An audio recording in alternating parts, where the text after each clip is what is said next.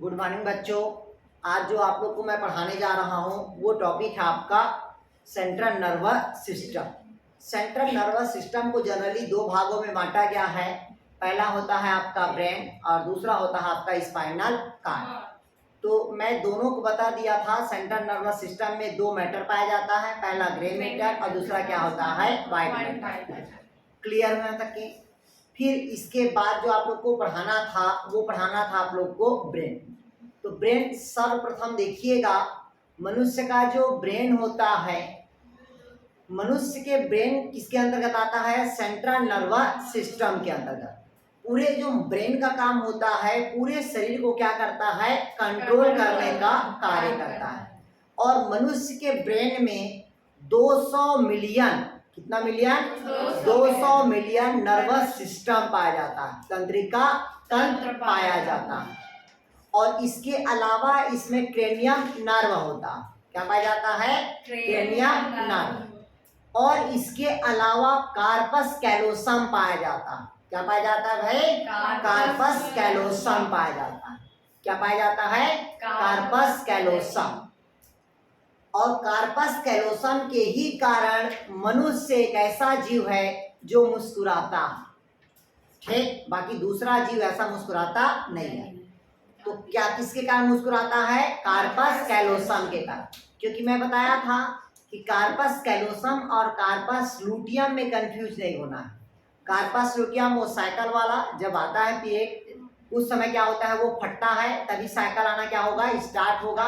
अगर प्रेगनेंसी रहेगी तो वो 8 महीना तक के वो रहता है, वो यूट्रस को डेवलपमेंट करता है और संकुचन शीतलन में क्या करता है? वो सहायक होता है। तो वो कार्पस लूटियम है और ये कार्पस कैलोसम है, कंफ्यूजन नहीं होना। तो ब्रेन में क्या पाया जाता है? Corpus callosum. और 200 मिलियन क्या पाया जाता है? Nervous system. इसके अलावा क्या पाया जाता है? इसमें क्रेनियल नर्व पाया जाता है। अब कहता है कि मनुष्य के मस्तिष्क के चारों तरफ भी 3 लेयर मेम्ब्रेन होता है। कितना लेयर मेम्ब्रेन होता है?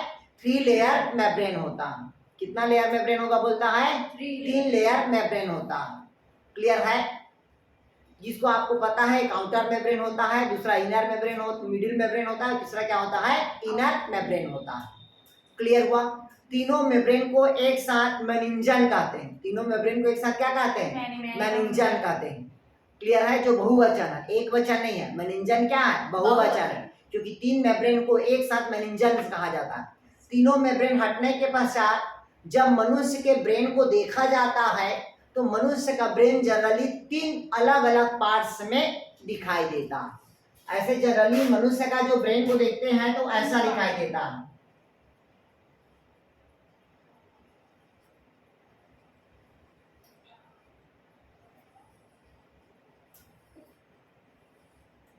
क्लियर हुआ? ऐसा मनुष्य का क्या होता है? ब्रेन दिखाई देता है। 2 लोब में ऐसे दिखाई देता है। ठीक, एक इधर का लोब और एक इधर का लोब। क्लियर हुआ? तो डाउट कहीं पास यार? लेकिन हम लेटरल साइड देखते हैं तो मनुष्य का ब्रेन इस प्रकार से क्या होता है? दिखाई देता है। ऐसे साइड करते हैं तो मनुष्य का जो ब्रेन होता है उसको 3 हिस्सा में डिवाइड किया गया है। पहला होता है आपका फोर ब्रेन। पहला कौन होगा? Fore brain. दूसरा कौन होगा? आपका मिड ब्रेन। और तीसरा कौन होगा भी? आपका हिंड ब्रेन होता है। कितना ब्रेन होगा? वो कितने पार्ट्स में डिवाइड होगा? तो 3 पार्ट्स में। पहला होगा फोर ब्रेन, दूसरा मिड ब्रेन और तीसरा क्या होता है? आपका हिंड ब्रेन होगा। तो पहला देखते हैं हम फोर ब्रेन की बात करते हैं। किसकी बात करते हैं? फोर ब्रेन की। तो जो फोर ब्रेन होता है उसके अलग अलग पार्ट्स होते हैं। कैसा होता है भाई? अलग अलग पार्ट्स होते हैं फोर ब्रेन का। तो फोर ब्रेन के पार्ट्स को मैं इधर समझा दे रहा हूं, समझिएगा उसको। फोर ब्रेन के कितने पार्ट्स होते हैं? अलग अलग। मतलब फोर ब्रेन को पहला जो डिवाइड किया है वो सेरेब्रम होता है। कौन होता है भाई? सेरेब्रम। तो पहला भाग जो होगा वो सेरेब्रम होगा। मतलब मस्तिष्क का सबसे बड़ा भाग, ब्रेन का सबसे लार्जेस्ट पार्ट कौन होता है? तो आपका सेरेब्रम होता है। पूरे क्रियाओं को जो नियंत्रण करने का काम करेगा वो कौन होगा? सेरेब्रम। अब इसको रम दारू से याद रखना। कौन सा दारू से याद रखना? रम दारू से। क्यों? क्योंकि नशा में सबसे अधिक मात्रा में कौन होता है? रम होता है। ट्राई नहीं करे हैं?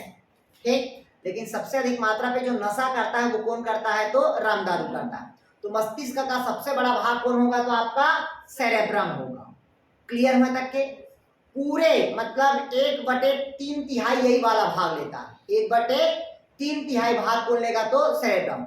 अब कहां से कहां फैला होता है इसको समझिएगा। इधर देखिए आप, ये यहां से लेके मतलब ये क्या हुआ हमारा? फ्रंटल हुआ। ये क्या होगा? फ्रंटल। ये क्या कहलाएगा? पेराइटल। ये कहलाएगा ऑक्सीपेटल। क्या कहलाएगा? ऑक्सीपेटल। क्लियर हुआ? मतलब ये क्या हुआ? फ्रंटल। ये क्या हुआ? पेराइटल। और ये क्या होगा? ऑक्सीपेटल। और यहाँ वाला होता है टेम्पोरल। क्लियर? ये चारों भाग किसके होते हैं? तो आपका सेरेब्रम के होते हैं। किसके भाग होगा भाई? सेरेब्रम। ध्यान समझिएगा। मस्तिष्क का सबसे बड़ा भाग कौन होगा? सेरेब्रम। तो पहला बताया ये क्या है? फ्रंटल। ये क्या है? पेराइटल। ये क्या है? ऑक्सीपेटल। और ये क्या है आपका? टेम्पोरल। क्लियर है तक के? मतलब ये देखिए, यहां से लेकर यहां तक के जो भाग होगा वो सब किसका कहलाएगा? सेरेब्रम का कहलाएगा। क्लियर है? बाल कभी भी झड़ता है तो यहां से लेके यहां तक झड़ता है, पूरे सेरेब्रम के पार्ट्स को भरता है और इधर झड़ता है जहां प्रेशर रहता है। कभी बाल ये नहीं झड़ता है, मिडला ब्लगेटा का। ठीक नहीं है? आरक नहीं आ रहा है?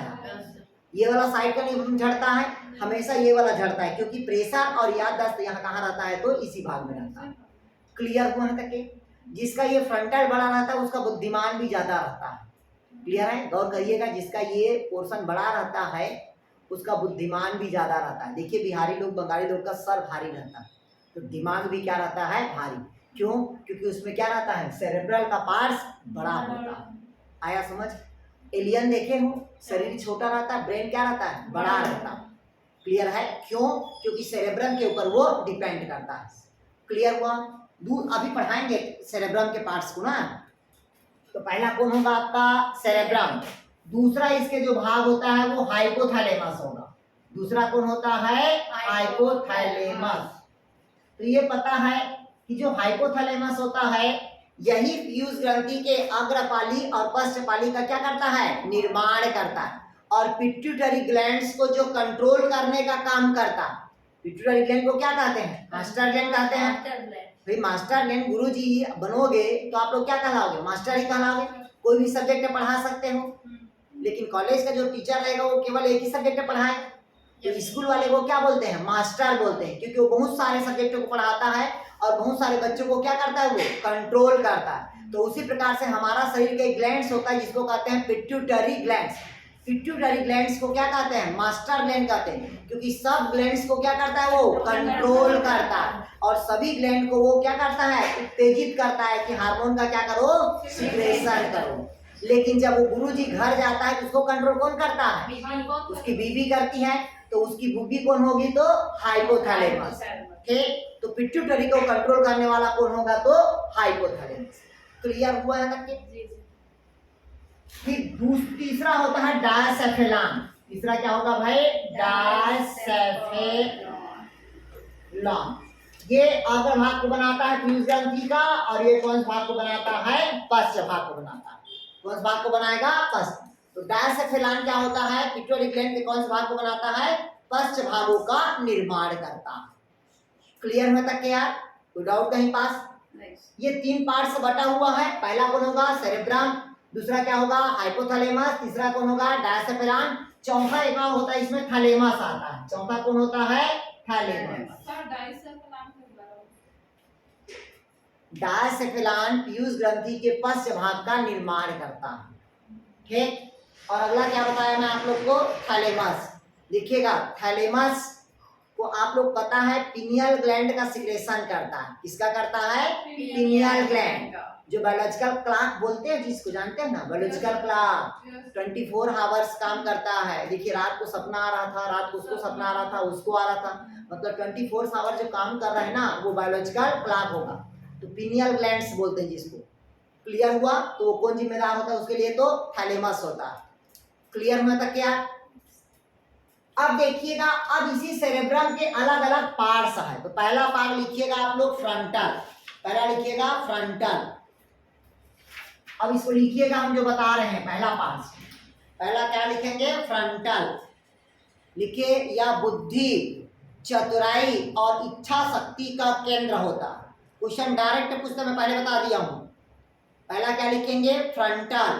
फ्रंटल में लिखिएगा, क्या लिखे? बुद्धि से मतलब क्या होगा? ये बुद्धि रहेगा, इच्छा शक्ति होगा और चतुराई का क्या होता है? केंद्र होता है। क्लियर हुआ? और पूरे शरीर को सोचने समझने में शक्ति प्रदान करता। सोचने समझने में क्या करेगा? शक्ति प्रदान करेगा। क्लियर हुआ यार? क्या बताया पहले मैं? बुद्धि, चतुराई और इच्छा शक्ति का क्या होता है? केंद्र होता है। पूरे शरीर को सोचने समझने में क्या करता है? ये भाग लेता है। तो पहला कौन भाग हुआ आपका? फ्रंटल। लिख लिए? और लिखे कि नहीं लिखे? दूसरा लिखे पेराइटल।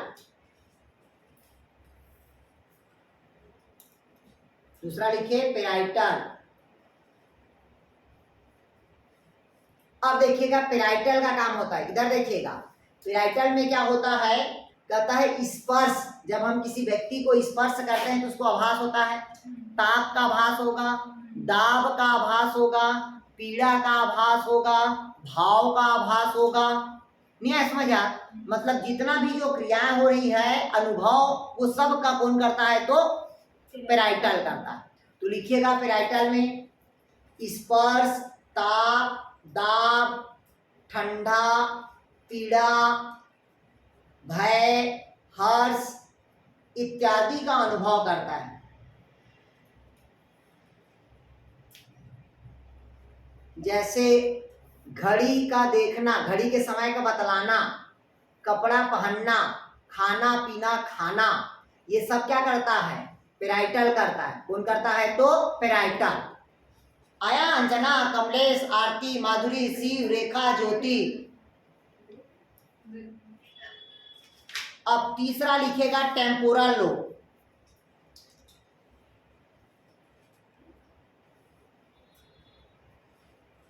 Temporal lobe.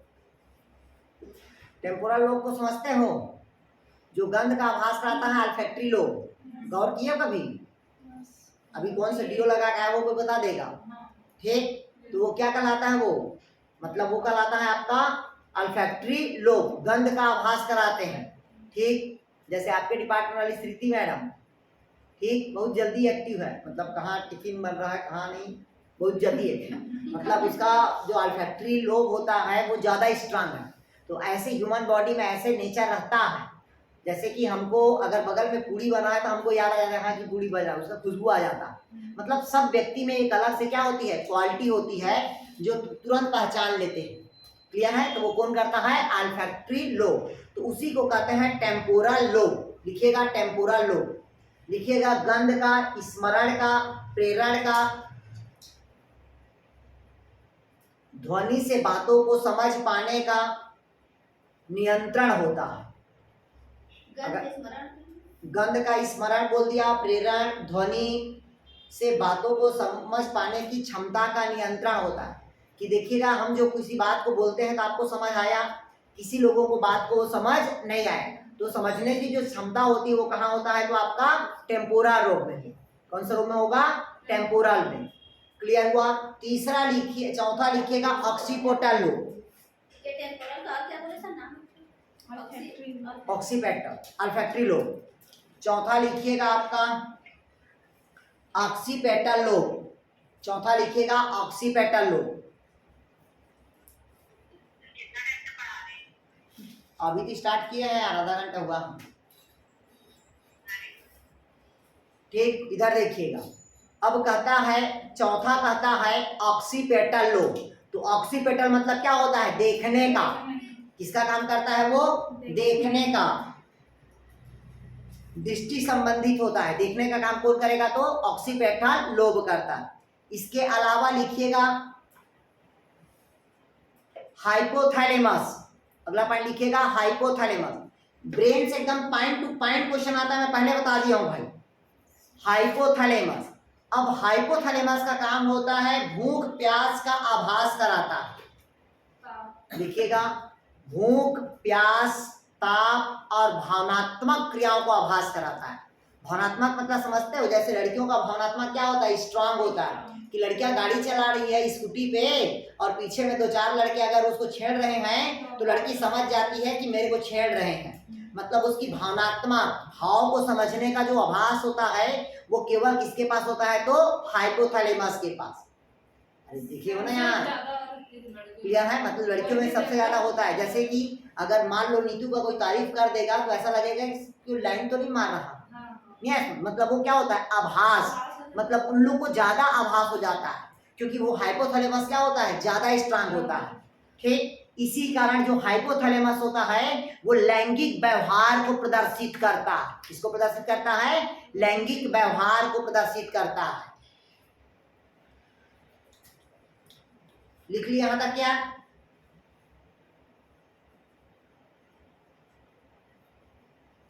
हो गया, लिख लिए। ये कौन करता है, तो हाइपोथैलेमस। अगला लिखेगा डायसेफेलान।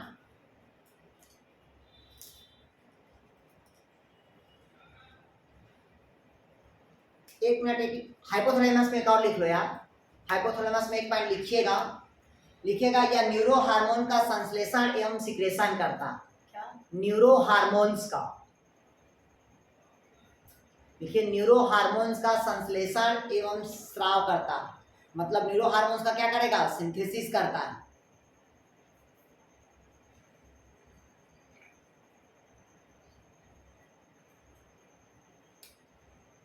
अगला लिखेंगे डायसेफेलान।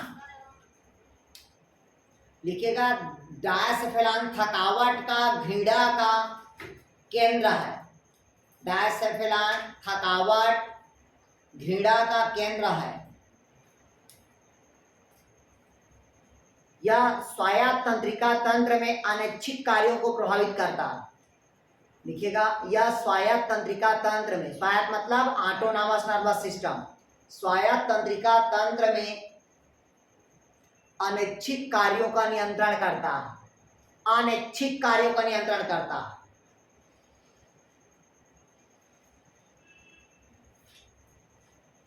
ये किसके भाग हुआ, तो मतलब कौन होगा भाई, आपका फोर ब्रेन के पार्ट्स हुआ। क्लियर हुआ यहाँ तक के, क्या क्या भाग बताया मैं आप लोग को, पहला फ्रंटल, दूसरा पेराइटल, तीसरा टेम्पोरल, चौथा ऑक्सीपिटल, पांचवा हाइपोथैलेमस, छठवा डायसेफेलान। क्लियर हुआ तक क्या। इसके बाद जो अगला है वो लिखिएगा मिड ब्रेन। लिखिए क्या लिखेंगे भाई, मिड ब्रेन।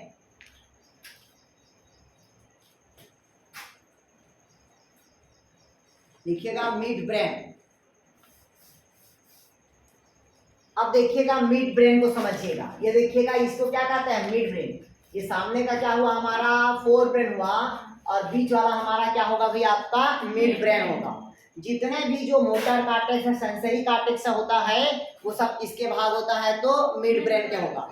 अब कहता है कि जो मिड ब्रेन होगा, कौन सा ब्रेन होगा, मिड ब्रेन। इसको दो पार्ट्स में डिवाइड किया गया, या दो पार्ट्सों से मिलकर क्या होता है, मिड ब्रेन का निर्माण होता है। पहला होता है आपका सेरेब्रल। देखिएगा वो रम था और ये क्या है, रल है। तो पहला क्या होगा, सेरेब्रल, रल। और दूसरा होता है कार्पोरा क्वाड्री जेमिना। इन दो चीजों से मिलकर किसका निर्माण होता है, मिड ब्रेन का निर्माण होता है। लिखिएगा मिड ब्रेन में,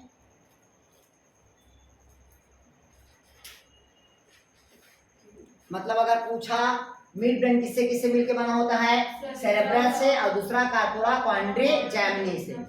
इसका काम होता है केवल देखने का और सुनने का। लिखिएगा मिड ब्रेन का काम होता है केवल देखने का और सुनने का होता है।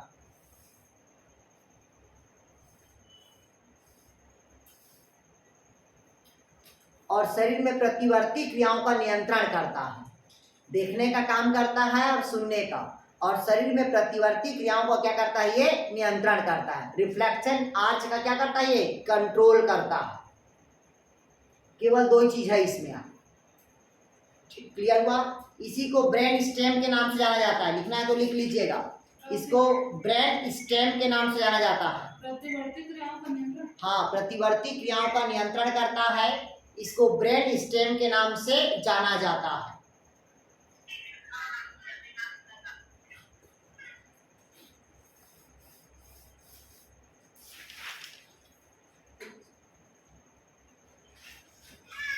तो क्या लिख लिए?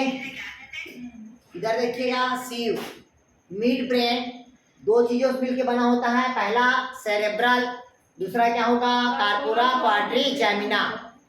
इस दोनों का काम होता है देखने का और सुनने का, और शरीर में रिफ्लेक्शन आर्च को क्या करता है? ये कंट्रोल करता है। रिफ्लेक्शन आर्च मतलब समझते हो? ये देखिए, इधर देखिए, खींच ली नहीं अपने तरफ, नहीं आया समझ? मतलब अपने तरफ चेहरा को की ना मारने की कोशिश किए, वो कौन सी क्रिया है? प्रतिवर्ती क्रिया। मतलब कंट्रोल तो कौन करता है? आपका मिड ब्रेन करता है, लेकिन इसमें पूरा नियंत्रण किसका होता है? तो स्पाइनल कॉर्ड का होता है। क्लियर है? हाँ, ये सब इसी के ऊपर डिपेंड करता है, मिड ब्रेन के ऊपर। ठीक, वो भी क्या है, उसको भी आप कंट्रोल नहीं कर सकते, वो उबासी आएगा ही आपको। क्लियर हुआ? नहीं आया? छींक आना, ठीक, वो सब क्या है? अनैच्छिक क्रिया। हाँ, तो हाथ को हटा लेना। क्लियर है आप? क्लियर हुआ तक के? तीसरा लिखेगा आप पश्च मस्तिष्क, मतलब हिंड ब्रेन। तीसरा क्या होगा भाई आपका? Hind brain. अब हिंड ब्रेन के 3 पार्ट्स होते हैं। हिंड ब्रेन के कितने पार्ट्स होगा? 3 पार्ट्स होगा। देखिएगा कौन कौन से पार्ट्स होता है। पहले हिंड ब्रेन के कितने पार्ट्स होगा? 3। पहला होता है सेरेबेलम।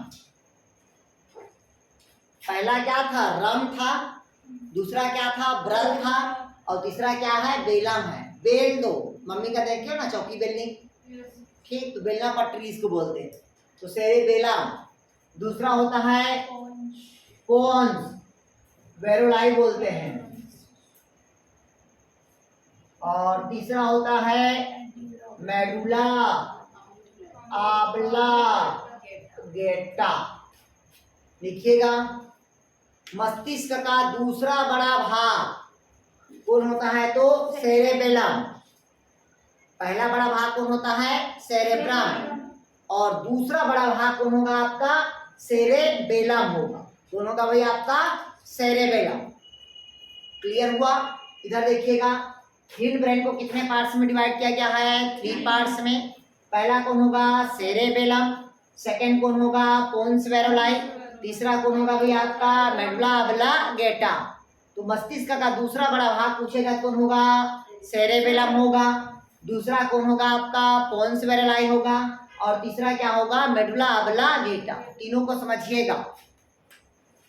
तो दूसरा मस्तिष्क जो दूसरे बार जो काम करता है, सोचने समझने की जो शक्ति का प्रदान करता है, जिसको छोटा दिमाग कहते हैं। किसको कहते हैं? तो सेरेबेलम को। छोटा दिमाग मतलब समझते हो? यहाँ रहता है, इधर देखो छोटा दिमाग, ये देखिए, ये है बच्ची, ये कान से लेके यहाँ तक के जो रहेगा। ऐसे गुरु जी कान को ऐसे थे, दिमाग का क्या सर बोलते थे? याद करिए, नहीं आया समझ? अरे स्कूल में जब मारते थे कान को ऐसे ऐंठते थे, हाँ सर याद आ गया, याद आ गया। बोलते कि नहीं बोलते थे? क्यों? क्योंकि यहाँ पास क्या होता है? छोटा दिमाग होता है, ठीक, जिसको हम क्या कहते हैं? सेरेबेलम कहते हैं। क्लियर होता क्या? फिर दूसरा होता है पेंस वेरोलाई। तो जो श्वसन की क्रिया होती है, कौन सी क्रिया होती है? श्वसन की क्रिया, वो कहाँ होता है? तो पोन्स वेरोलाई पे होता है। क्लियर हुआ? और तीसरा होता है जिसको कहते हैं मेडुला ऑब्लांगेटा, जो शरीर में क्या करता है? अभी आपका संचार पैदा करता है। क्या पैदा करता है? संचार पैदा करता है, मेडुला ऑब्लांगेटा। और ये अनैच्छिक क्रियाओं का क्या करता है? नियमन करता है। लिखिएगा, मेडुला ऑब्लांगेटा। लिखे, मेरुरज्जु के बीच क्या करता है? आपका संचार पैदा करेगा और शरीर में अनैच्छिक क्रियाओं का नियंत्रण करता है। अनैच्छिक क्रिया, इसके अलावा आहार नाल में क्रमानुकुंचन की गति करता है। मेरुरज्जु में संचार, देखिए, मेरुरज्जु में संचार का काम करता है। दूसरा, यह अनैच्छिक क्रियाओं का नियंत्रण केंद्र है। और तीसरा लिखेंगे, यह आहार नाल में क्रमानुकुंचन की गति का नियंत्रण करता है।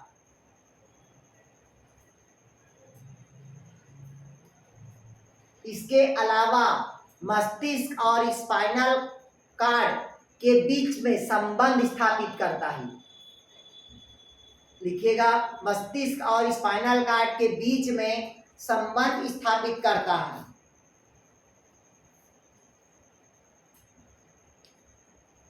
आया समझ यार? अंजना, कमलेश, आरती, ज्योति, संजीव, रेखा, शिव, क्लियर हुआ?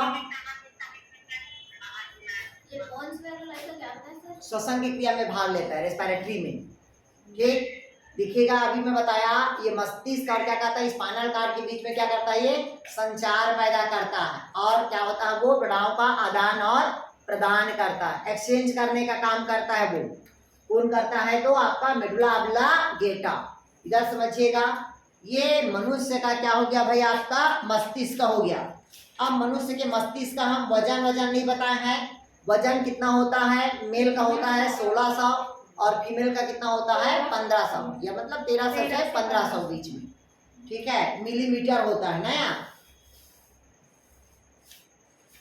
और मध्य मस्तिष्क को क्या कहा जाता है? ब्रेन स्टेम कहा जाता है, मिड ब्रेन को। कंफ्यूज नहीं होना। देखिएगा, मनुष्य का मस्तिष्क मैं बता दिया आप लोग को कितने पार्ट्स में बटा है, 3, 4, मिड और हिंड। 4 का अलग अलग पार्ट्स बताया, सेरेब्रम बताया, सेरेब्रम का अलग अलग पार्ट्स बता दिया, फ्रंटल बता दिया, पेराइटल बता दिया, टेम्पोरल बता दिया, ऑक्सीपिटल बता दिया, हाइपोथैलेमस बता दिया, डायसेफेलाइन बताया। ठीक, दूसरा बताया था मैं आप लोग को मिड ब्रेन। मिड ब्रेन के 2 भाग, सेरेब्रल, दूसरा क्या होता है, कार्पोरा क्वाड्रिजेमिना, देखने का काम, सुनने का काम, और बीच में क्या करता है, वो संचार पैदा करता है।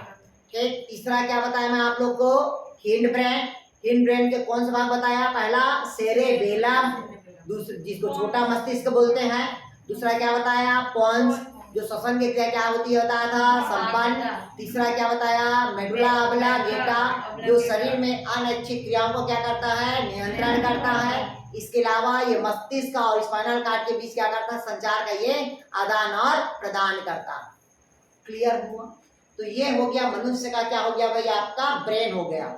अब इसके अलावा अब जो पढ़ाने जा रहे हैं, हाँ, अब पूरे मस्तिष्क में एक द्रव भरा होता है, तो कल ही बता दिया था मैं, जिसको कहते हैं सेरेब्रोस्पाइनल का फ्लूइड कहते हैं, जो बाहरी धक्का या घातों से क्या करता है, बचाने का कार्य करता है। ठीक, और ये 2 चीज में रहता है, मस्तिष्क में और स्पाइनल कार्ड में। क्लियर हुआ था क्या? कोई डाउट कहीं पास? आया समझ यार? रेखा, अरुणा, आरती, कमलेश, संजना, संजीव, ज्योति। चलिए अब देखते हैं अपन स्पाइनल कार्ड देखते हैं। क्या देखते हैं भाई? Spinal cord.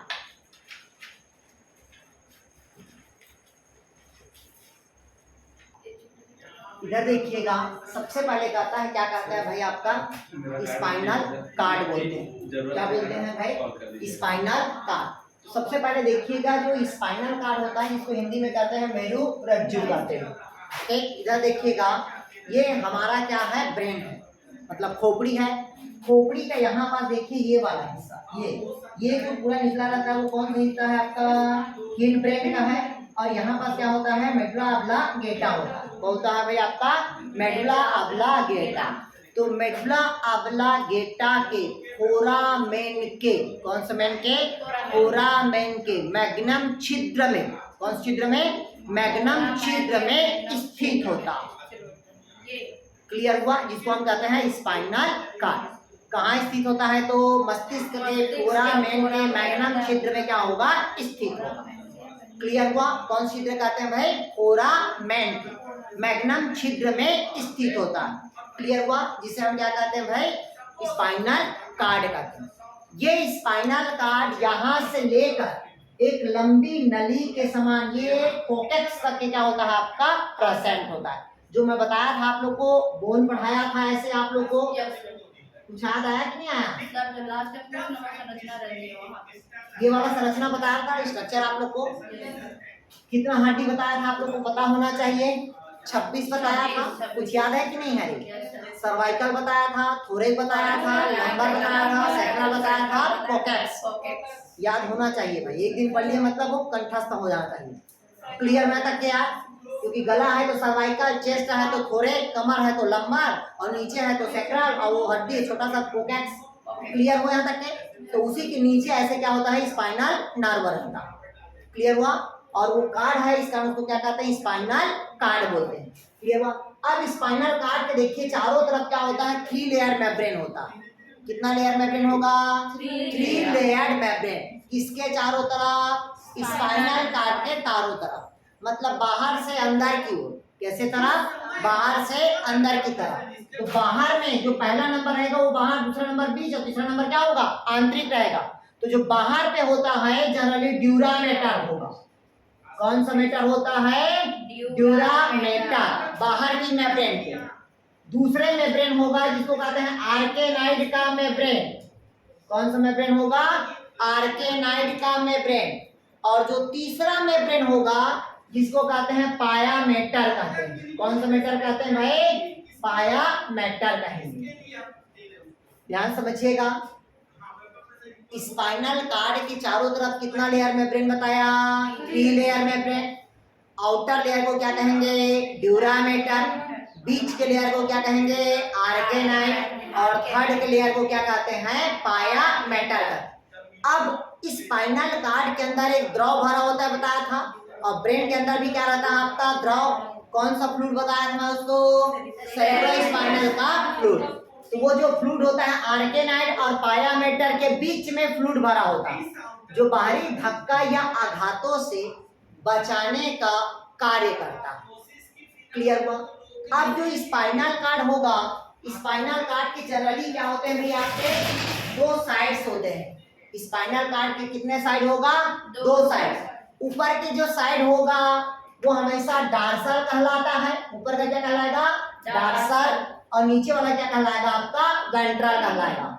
तो ऊपर वाला क्या कहलाया? ये डार्सल कहलाया। और ये वाला क्या कहलाया आपका? वेंट्रल कहलाया। ऊपर की तरफ होगा डार्सल फीसर होगा। कौन सा फीसर होगा? डॉर्सल फीसर होगा। और अंदर की तरफ होगा तो वेंट्रल फीसर होगा। कैसा होगा भाई? वेंट्रल फीसर होगा। क्लियर हुआ? ऊपर वाले को हम क्या कहते हैं? डार्सल। और नीचे को क्या कहेंगे? वेंट्रल। तो वहां पास वेंट्रल केनाल है और क्या है आपका? वेंट्रल फीसर होगा। 2 होगा। जैसे इसको डार्सल केनाल बोलते हैं, यहाँ पास क्या होगा? डार्सल फीसर होगा। यहाँ पास क्या होगा आपका? वेंट्रल केनाल होगा। यहाँ पास क्या होगा आपका? वेंट्रल फीसर होगा। क्लियर होने तक? इसके अलावा अब स्पाइनल कार्ड के बीच में क्या पाया जाता है आपका? सेंट्रल केनाल पाया जाता है, जिसको केंद्रीय नाल कहा जाता है। क्या कहा जाता है? केंद्रीय नाल। जैसे आप लोग को पता होना चाहिए, जब मम्मी पापा दोनों के बीच में फर्टिलाइजेशन होता है और जाइगोट बनता है, जाइगोट बनने के पश्चात जैसी क्या होता है, वो जाइगोट बना, फिर क्लीवेज बनेगा, फिर मारुला बनेगा, फिर ब्लास्टुला बनेगा, फिर गैस्ट्रुला बनेगा, फिर एम्ब्रियोनिक स्टेज बनेगा। एम्ब्रियोनिक स्टेज जाने के पश्चात मदर के प्लासेंटा में क्या हो जाता है? चिपक जाता है। क्लियर हुआ? और चिपकता है तो वहीं से एक नाल बनाता है, जिसको क्या कहते हैं? सेंट्रल केनाल बोलते हैं। और वही प्लासेंटा से आगे बढ़ के निर्माण करता है। क्लियर है तक के? तो ये क्या कहलाएगा? Central canal. अब सेंट्रल केनाल के पूरे अंदर पे इसमें ये एच आकार का दिखाई दे रहा है, बटरफ्लाई का ऐसे एच आकार का है ना, जो एच आकार का दिखाई दे रहा है, इसके पूरे अंदर पे ग्रे मैटर भरा होता है। कौन सा मैटर भरा रहता है? ग्रे मैटर भरा होता है, जिसको कहते हैं धूसर पदार्थ। अब इस धूसर पदार्थ में केवल नर्व सेल पाया जाता है। क्या पाया जाता है? Nerve cell. ये क्वेश्चन पूछता है कि ग्रे मैटर में कौन सा सेल पाया जाता है, तो नर्व सेल पाया जाता है। पहला कंडीशन क्लियर हुआ यार? क्या पाया जाता है इसमें? नर्व सेल मिलेगा। क्लियर होने तक के? दूसरा देखिएगा, दूसरा इसके बाहर पे ये देखिएगा, ये जो दिख रहा है ना, इस प्रकार का दिखता है, ये क्या कहलाएगा? Nerve cell. एक बार अगर ये सेल डैमेज हो गया तो पुनः रिपेयर नहीं होता, क्योंकि आपको पता है कि स्पाइनल कार्ड के न्यूक्लियस में कभी कोशिका का विभाजन नहीं होता, न्यूक्लियस का विभाजन नहीं होता। अगर न्यूक्लियस का विभाजन होगा तो 1 मिनट भी सर्वाइव नहीं कर पाओगे, डेथ कर जाओगे। क्लियर है कि कितना अधिक मात्रा में सेंसिटिव होगा? आया समझ? जीवन काल में पूरे एक बार डिवीजन होता है, वो भी जन्म के पहले, उसके बाद डिवीजन नहीं होता। दूसरा कहता है इसके बाहर पे एक मेटर और भरा होता है। इसके बाहर पे क्या होता है? मेटर भरा होता है। उस मेटर को हम जनरली क्या कहते हैं भाई? व्हाइट मेटर कहते हैं। क्या कहते हैं इसको? White matter. और इस व्हाइट मेटर में केवल नर्व फाइबर्स पाया जाता है। क्या पाया जाता है भाई? नर्व फाइबर्स पाया जाता है। क्लियर है? अरे भैया ये अंदर वाला, ये जो आपको देखिए जो मिटा रहा हूं मैं, ये देखिएगा, समझिएगा, ध्यान से समझिएगा दोनों को ना। यहाँ ये आपके दिमाग में ये ऐसा है और ये ऐसा है, ठीक। यहां से लेकर जो ऐसे ऐसे ऐसे बता रहे हैं ना आपको, ये पूरे हो गया आपका ग्रे मैटर हुआ।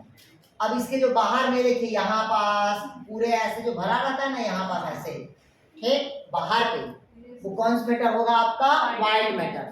और बाहर की तरफ जो व्हाइट मैटर होगा उसी में नर्व क्या पाया जाता है? फाइबर्स पाया जाता है। क्या पाया जाता है भाई? नर्व फाइबर्स पाया जाता है। क्लियर हुआ यहाँ तक क्या? कोई डाउट कहीं पास यहाँ? और पूरे भाग हमारा क्या करता है? संवेदी क्रियाओं को क्या करता है? ये नियंत्रण करने का कार्य करता है। जो प्रतिवर्ती क्रिया होती है ना, रिफ्लेक्शन आर्च, ये केवल स्पाइनल कार्ड के ऊपर डिपेंड करता है, ठीक। किसके ऊपर डिपेंड करता है भाई? स्पाइनल कार्ड के ऊपर डिपेंड करता है।